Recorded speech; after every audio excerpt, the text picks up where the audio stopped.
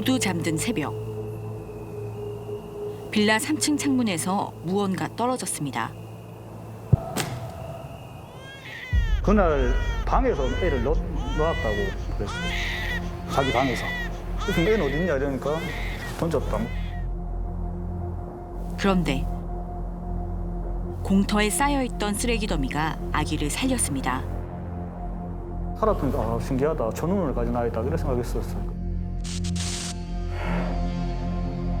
천운으로 살아났다는 그 아기. 지금은 세상에 없습니다. 저희가 이걸 약간 좀 수소문을 하고 있는데 네. 아기가 죽었더라고요. 아, 그래요? 네. 처음 듣는 얘기입니다, 오늘.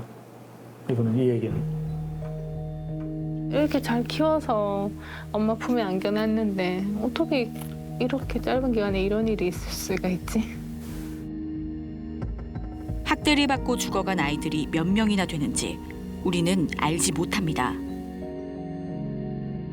이게 아동학대는 어쩔 수 없이 과소 추정될 수밖에 없다. 집에서 목격자가 없고 CCTV가 없고 왜 이렇게 우리나라는 적지? 정말 우리가 정말로 아동학대의 사망건이 없나? 시사멘터리 추적은 의문 속에 죽어간 아이들의 흔적을 추적해 보기로 했습니다.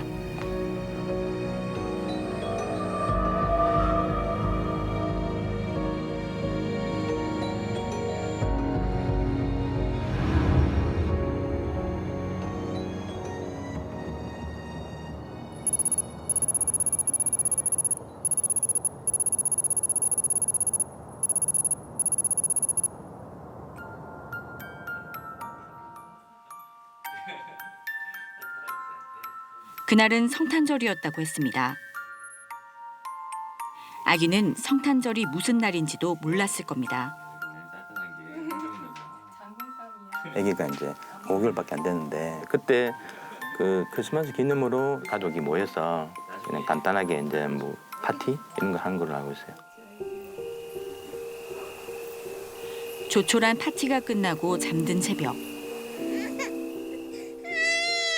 평호는 아기 울음소리와 함께 깨졌습니다. 그때 자다가 이제 아빠가 자기 이제 애기 엄마한테 편의점에 가서 뭐를 좀 사오라고 이렇게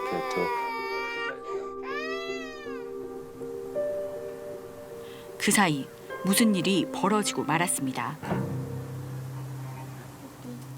오빠 나왔어. 왔어. 애를 그렇게 하고 있으면 어떡해. 엄마가 가서 편의점 가서 집에 물건을 사갖고 집에 돌아오니까 애가 상태가 일까를 처음에는 흔히 뭐 발생하는 뭐 유아산통 증상이다 하고 이니까 처음에는 이제 엄마도 이제 그런 생각을 했는데 나중에 애 상태가 시간이 지나면서 갈수록 의식도 안 돌아오고 또 눈동자도 좀 풀리고 몸 상태가 굉장히 안 좋다는 걸 알고 일단은 병원에는 좀 가야겠다 하고.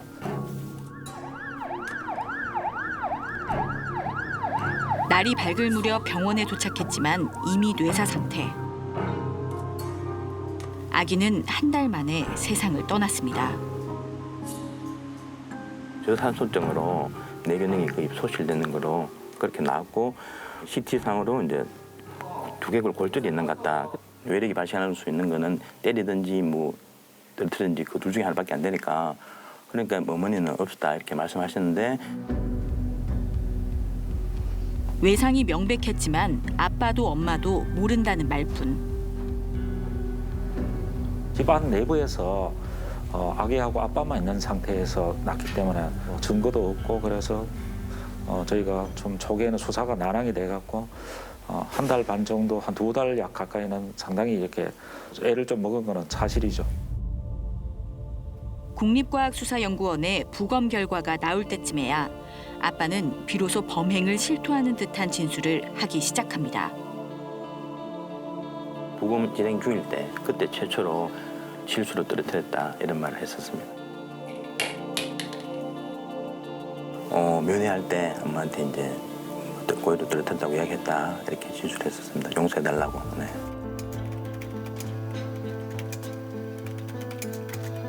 아빠를 의심할 만한 정황이 계속 드러났습니다. 원래 가정이 있던 아기 아빠는 혼외자를 낳은 데다 경제적으로 매우 어려운 형편이었습니다. 아기의 존재에 대해서도 아는 사람이 별로 없었습니다. 주위 사람들도. 실직 상태가 좀 꽤 오래 진행됐고 사무직으로 근무하다가 타일 일로 이제 전향을 하면서 그 일이 좀 힘들었다. 온 가정도 있으니까 스트레스가 좀 심했던 것 같습니다. 정부 지원금으로 살아가던 어린 엄마는 기댈 사람이 아기 아빠뿐이었습니다. 원룸에서 그냥 밥 먹고 생활하는 그 정도로 계속 그 일상을 반복하는 거로 보였습니다. 양육하는 데 도움이 될 만한 이제 서비스 같은 거를 직접적으로 제공하는 거는 거의 없었던 걸로 알고 있습니다. 아빠는 아동학대 치사 혐의로 재판에 넘겨져 징역 8년 6개월을 선고받았습니다. 뿌듯하다는 걸 해결했다 이런 마음은 아직도 갖고 있지 않습니다. 5개월밖에 안 되는데 그 사망하는 그 아기도 참 안 됐고 그렇게 하긴 부모도 사실 좀 안 된 측면이 좀 있었습니다. 이 사회적으로 좀 뒷받침이 됐으면 이런 케이스는 하지 않을 수 있었는데 이렇게 생각이 듭니다. 하지만 이렇게 진상이 온전히 드러나는 사건은 빙산의 일각에 불과합니다. 영아 살인 사망 사건에 대해서는 이렇게 범인이 밝혀진 거는 이 사건이 처음이었습니다. 이렇게 다른 사건에 대해서는 밝혀지지 못한 게 대부분이었는데 영아 사망 같은 경우는 수사 자체를 원치 않습니다. 가족들이 자기들이 이제 범행이면 원치 않고 그럼 경찰이 수사 의지밖에 없는데 그 사람들이 다 이렇게 진술도 안 하고 또 부인하고 다른 주변 진술도 전혀 없으면 더 이상 할 동력이 없습니다. 그렇기 때문에 보통 종결할 수밖에 없는 상황입니다.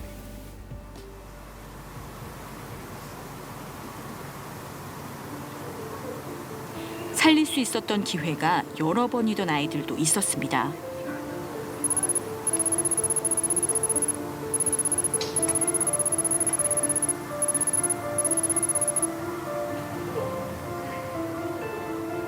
아기는 벌써 119에 이송된 상태였고 그때 현장에 오빠 있었고 그 대상자 그 여자분이 계셨는데 그날 방에서 애를 놓았다고 그랬어요. 예.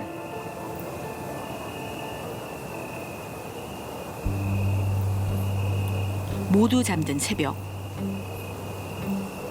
빌라 3층 창문 밖으로 갓 태어난 아기가 추락했습니다. 애기 울음소리를 들었다. 그래가지고 문을 열어보니까 애기를 낳았다. 뭐 해가지고 창문도 열렸고 애는 어디 있냐 이러니까 던졌다. 뭐 이런 식으로 얘기를 해가지고 그 밖에 보니까 애기가 있어가지고 신고를 했다.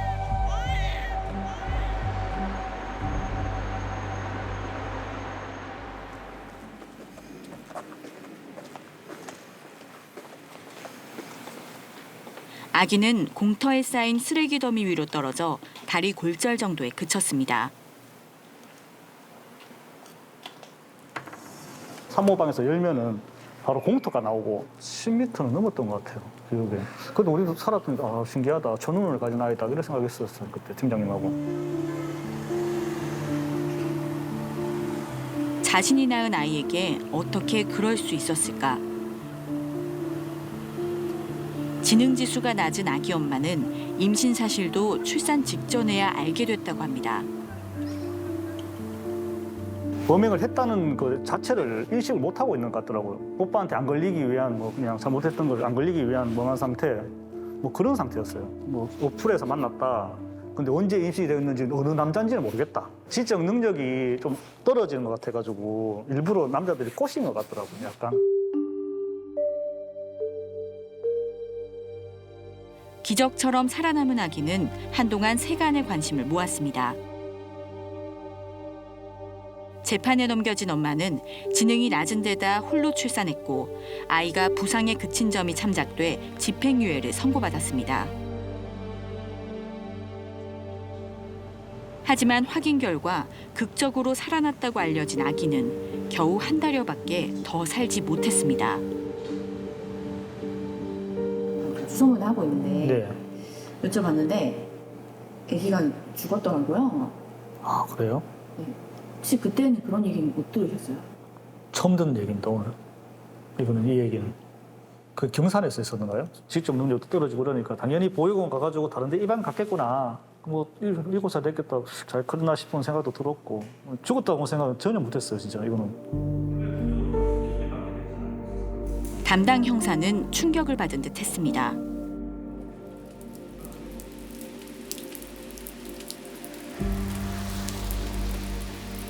도대체 어디서부터 무엇이 잘못된 걸까? 사건 후 아기가 맡겨졌던 위탁센터를 찾아가 봤습니다. 아동보호 전문기관이 아기 데리고 엄마 데리고 저희 센터로 오셨거든요. 일주일 만에 병원에서 퇴원하면서 아마 보호 조치를 바로 저희한테로 보내신 걸로 알고 있어요. 되게 작은데 기부스를 하고 이렇게 하고 왔을 때 왜 엄마들이 처음 아기 태어나면 부서질까 뭐 못 만지겠다는 말씀 하시잖아요. 얘도 그랬어요.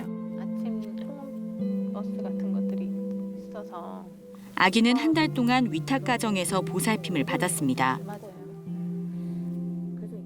조금씩 이제 눈 뜨고 웃고 눈 마주침하고 아기가 그 한 달을 크면서 굉장히 성장이 막 일어났거든요. 살도 막 이렇게 찌는 게 보일 만큼. 그래서 너무 이렇게 반짝반짝 예뻐진다. 위탁 어머님이 너무 예뻐하셨고요. 복귀가 아니었으면 이 집에서 위탁하신다고 하셨어요.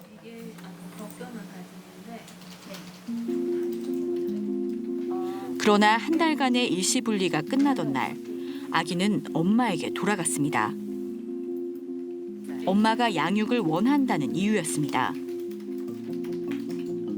주모와 외삼촌은 처음에는 아동리에 대한 양육 의사를 밝혔으나 재위탁이나 입양으로 입장을 선회한 적이 있었습니다. 그래서 가정 복귀된 이후에는 저희가 입양 기간을 통해서 입양 진행 과정을 모니터링했었고 양육 점검을 그때 하려고 했었는데 이제 친모가 그 검찰에 조사를 받는 입장에서 그때 약간 어긋나가지고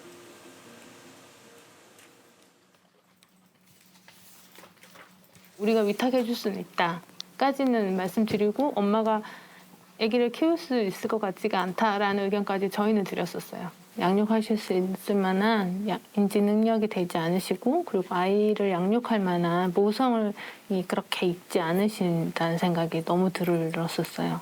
젖을 먹인다거나 아니면 어떻게 목욕을 시킨다거나 양육하는 거에 대해서 질문들을 하면 답변을 거의 하실 수가 없었고요. 불길한 생각들이 떠나질 않았습니다. 아기를 이렇게 들고 가셨어요. 2층 계단에서 내려가는데 저 엄마가 조금만 실수하면 아기 떨어뜨리는데 저렇게 간다고? 가는 내도록 지켜보면서 위태위태한 거예요. 지켜보는데 저희가 한 2번 정도 방문해가지고 양육 상태를 했는데 담당 선생님도 갔다 와서 불안불안했었거든요. 그 이후로 저희가 이 집을 계속 팔로우할 수가 없으니까 그럴 만한 이렇게 제도적으로 돼 있지 않으니까. 엄마에게 돌아간 지 겨우 열흘째. 아기는 집에서 숨진 채 발견됐습니다. 그만큼 안 된다고 얘기했는데 보내서 결국 이렇게까지 이 집에서 잘 크고 있었을 뻔했던 아기를 그렇게까지 간 거에 대한 좀 원망하는 마음이 생기더라고요. 저한테는 안 되는 건 안 된다고 좀 더 우리가 강하게 말하지 못한 거에 대한 후회가 되게 됐어요.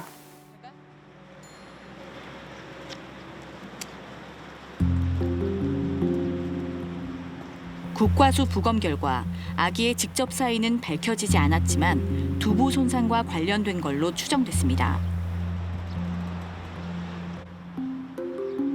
아기의 머리에 사망 직전 생긴 것으로 보이는 뇌출혈이 곳곳에서 발견됐습니다. 아주 국소적으로 형성된 지주막하 출혈이 그 뇌 아랫부분 이런 곳에 드문드문 산재해 있는 것은 부검 당시 확인이 됐습니다.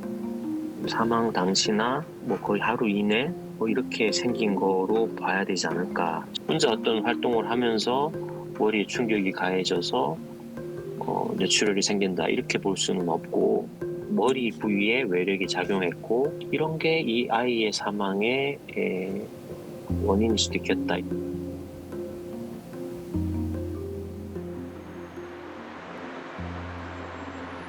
엄마는 사망 경위를 경찰에 제대로 진술하지 못했습니다.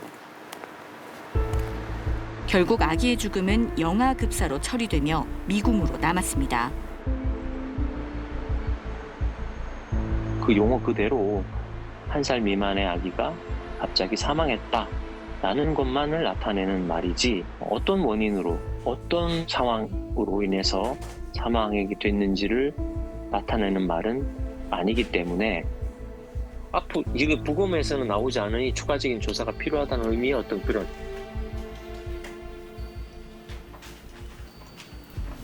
아기의 죽음에 사회의 책임은 없었을까?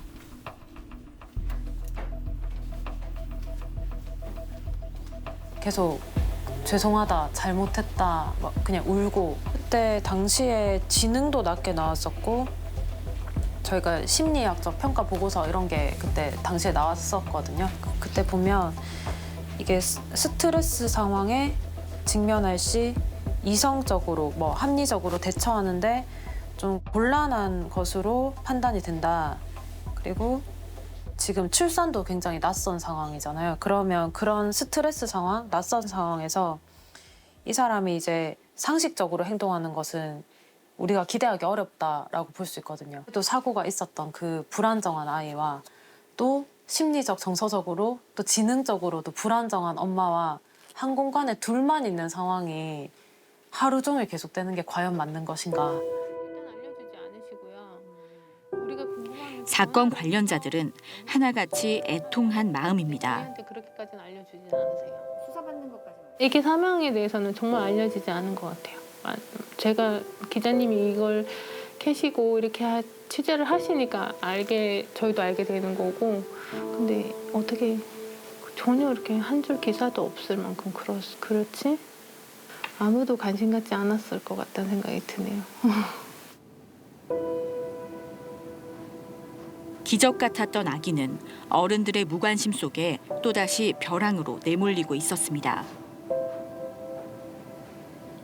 수사를 했고 재판까지 다 받는 과정에서 결국에 피해자인 영아는 보호되지 못했던 거죠. 예. 그러니까 결과적으로도 이 사건이 일어나고 언론의 주목을 받았음에도 불구하고 어떤 사회 안전망이 산모도 그렇지만 이 아기 자체를 끝까지 지켜주지 못했구나. 이 아이의 안위에 대해서 궁금해하는 사람은 아무도 없구나 라는 생각이 좀 들어서 좀 슬펐어요. 예.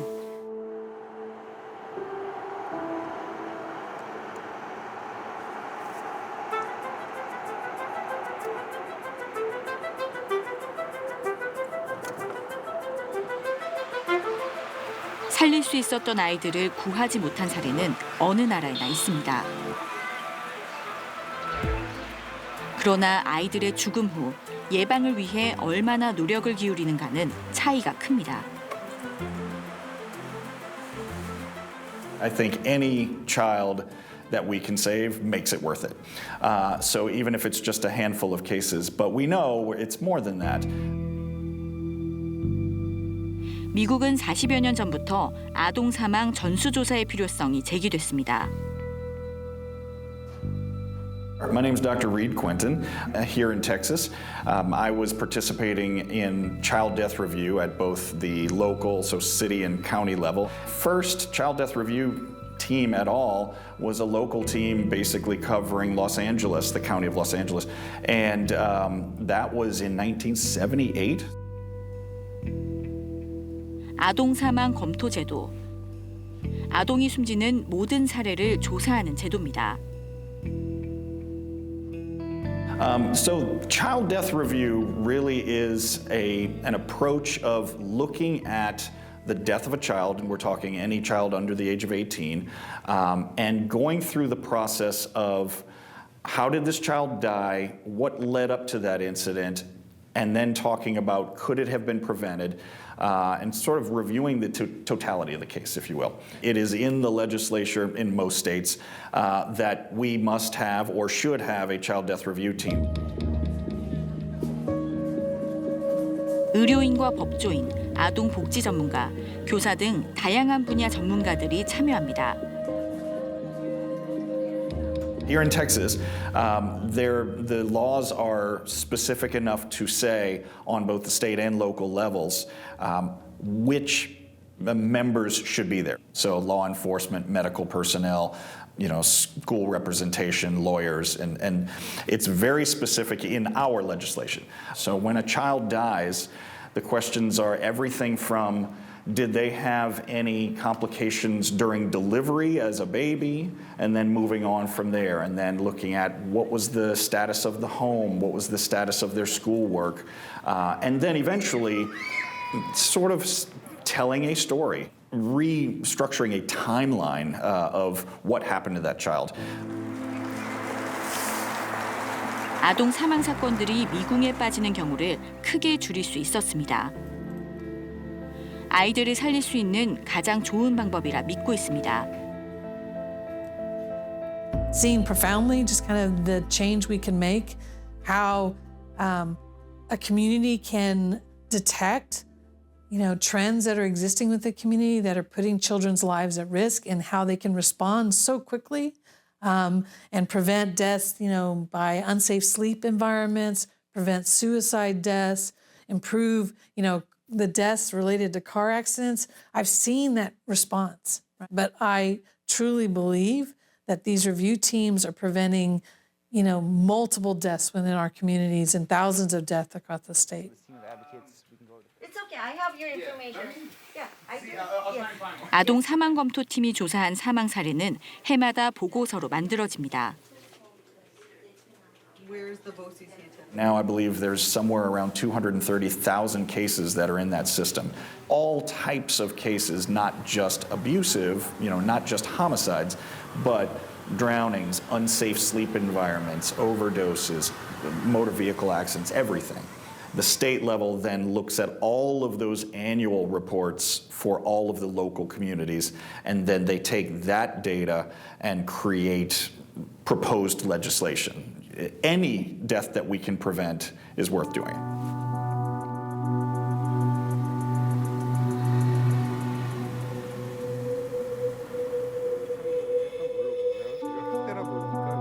학대 포커싱을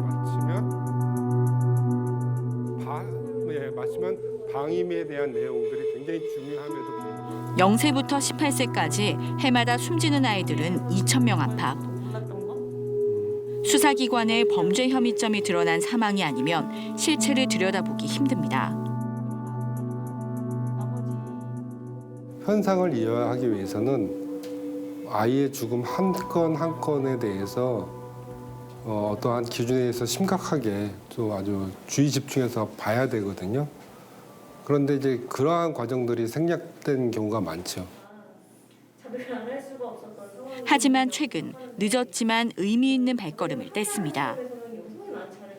국가 기관에 있는 데이터를 바탕으로 해서 집계를 한 건 저희가 이제 처음으로 알고 있고요. 0에서 18세 이 18년 구간 사망한 아동 수는 2,500명이고 그 중에서도 수상한 사건이라고 인지되어서 변사 사건이 돼서 이제 국가수의 부검으로 오는 게 그 2,500명 중에 15%, 그 15%만이라도 꼼꼼하게 보자. 전체 아동 사망자 2천여 명 가운데 공식 통계에 잡힌 아동 학대 사망자는 36명에 불과한 것으로 나옵니다. 아동이 한 해에 학대로 인해서 몇 명이나 사망하지라는 그런 문제점에서 출발을 했습니다. 과연 이렇게 아동학대 사망이 적을까? 총 아동 사망자 2천여 명 중 국과수가 부검한 341명을 꼼꼼하게 들여다봤습니다. 그 결과 학대로 인한 사망이 확실한 경우가 84명, 여기에 학대와 관련이 있는 경우까지 포함하면 최대 148명이었습니다. 공식 집계된 아동학대 사망자는 36명이었는데 이보다 최소 2배에서 최대 4배 많은 것으로 나타났습니다. 3분의 1 정도가 학대가 조금이라도 한 가지 요인이라도 좀 의심되는 부분이 있다를 직접적으로 아이를 사망할 수 있는 요인 말고도 방임이나 부주의, 무언가 아이를 돌보는 거에 대해서 해야 할 어떤 성인들, 어른의 어떤 의무를 간과함으로써 벌어지는 것들이 있지는 않을까? 날 때부터 출생신고되지 않는, 사건화되지 않는 그런 사건들도 많이 발생될 거고요. 그 4.3배라는 것보다도 오히려 그 숨겨진, 감춰진, 그다음에 누구의 도움도 받을 수 없는 그런 위치에 놓인 아동들이 많다는 것들은 이해하실 수 있을 것 같습니다. 연구 기간을 늘려 2015년부터 2017년까지 아동 변사 1000여 건을 추가 분석한 결과도 마찬가지였습니다.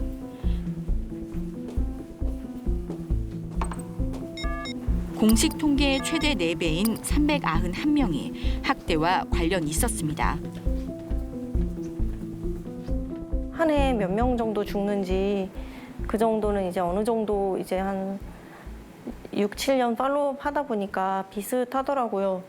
매우 심각하고 잔혹하고 반복적이고 지속적인 학대부터 굉장히 약한 수준의 학대까지 모든 게 관여된 게 한 140명에서 170명씩 꾸준히 죽는다. 더 자세히 들여다봤습니다. 아이들의 사망 유형을 6가지로 분류했더니 열의 7이 영아급사 증후군이나 영유아 살해 등이었습니다. 영유아가 그 두부 외상으로 사망한 사건들을 쭉 모아보니까 거의 한 60, 70%가 친부와 있다가 그때 친모는 집을 비웠고 둘 중에 한 명이 25세 이하 굉장히 피곤하거나 정서적, 사회경제적으로 궁지에 몰려있는 그런 경우가 많았는데 엄마가 나중에 돌아와서 보니 아이가 이렇게 돼 있으니까 왜 아이가 축 늘어져 있고 얼굴이 파래져 있고 숨을 쉬지 않느냐고 하니까 아버지가 몰랐다. 요 스토리. 이게 너무 이제 판화처럼, 판에 찍은 것처럼 겹치는 거예요.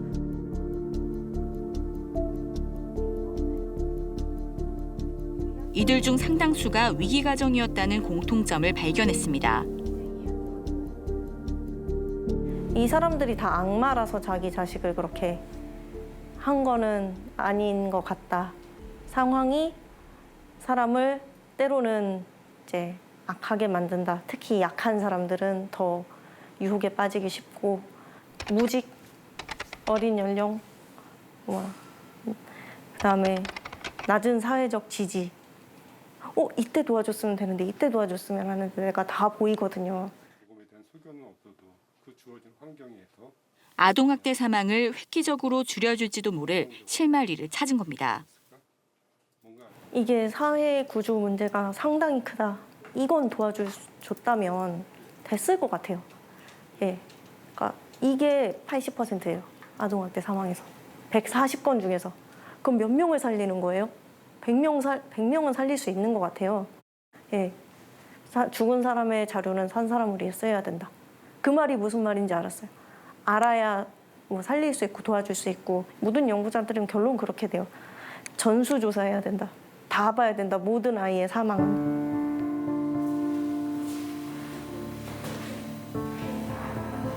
성과도 많았지만 한계 역시 절감하게 됐다고 연구진들은 털어놓습니다. 연구 대상이 부검 사례에만 국한돼 있는 데다 다른 업무와 병행하다 보니 연구에 속도를 내기 힘듭니다. 한두 명이 실제적으로 이렇게 진행하는 상황에서 저희가 그 연구할 수 있는 분들을 해마다 저희가 채용해서 진행하는 형국이다 보니 이거를 체계적으로 연구할 수도 없고 그다음에 사망한 아동을 전수조사하는 아동 사망 검토 제도의 도입이 시급하다는 얘기입니다. 아동학대, 또 통학 차량 사고 이런 것 아니면 이제 특정한 형태의 이제 가해나 이런 것처럼 이렇게 언론에 많이 보도되는 사건을 중심으로 대책을 강화하는 되게 이런 식이었던 거죠. 그런 것보다는 모든 사망에 대해서 항상 체계적이고 상식적인 대비가 있어야 된다. 지난해 국회 입법조사처는 아동 사망 사례를 전수조사하는 아동 사망 검토제도 도입을 제안했습니다. 17개 광역자치단체마다 각 분야 전문가들로 팀을 꾸려 사인이 명확하지 않은 아동 사망부터 살펴 원인과 예방책을 찾자는 게 골자입니다. 명백한 원인이 밝혀지지 않는 사례를 중심으로 해서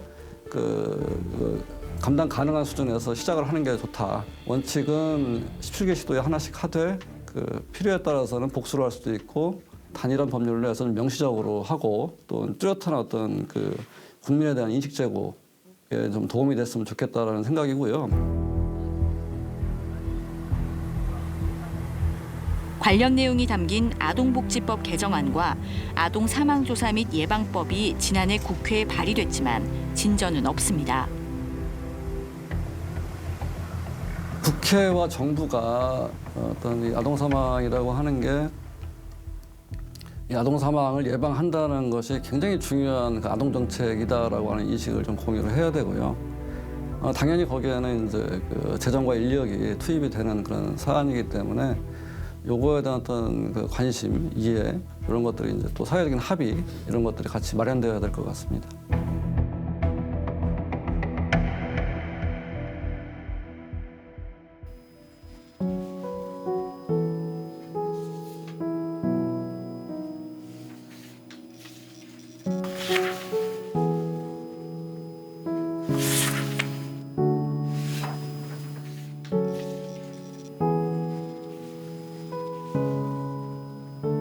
베일 아래 감춰졌던 아이들의 죽음을 추적한 끝에 드러난 진실은 참담했습니다.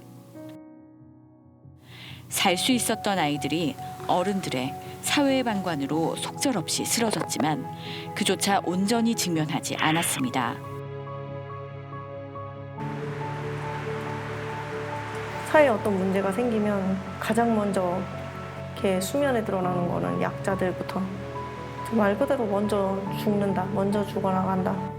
예, 그때 생각했어요. 아동학대 알고 난 다음에 아이들 죽겠다. 그거를 저희가 이제 막 들여다보기 시작했다고 생각을 하거든요. 이게 애초에 국가가 가진 가장 큰 의무라고 생각을 해요. 어떤 것들은 처벌해야 되는 것들이고 어떤 건 도와줘야 되는 부분이 있고, 예, 어떤 거는 몰라서 그런 게 있고. 어떤 거는 능력이 안 돼서 그런 것도 있고 그래서 그런 부분들에 대해서 직면을 해나가는 게 가장 중요하다는 생각이 들었어요.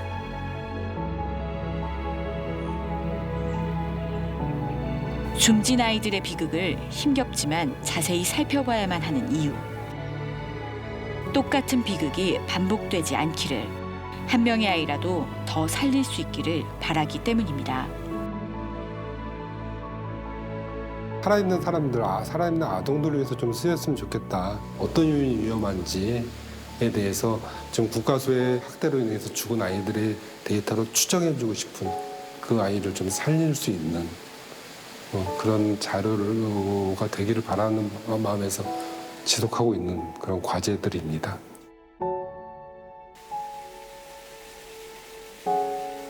어떻게 사망하는지를 봄으로써 어떻게 하면 행복하게 사는지를 알게 되는 길이거든요. 느리다고 생각되지만 가장 빠른 길인 것 같아요.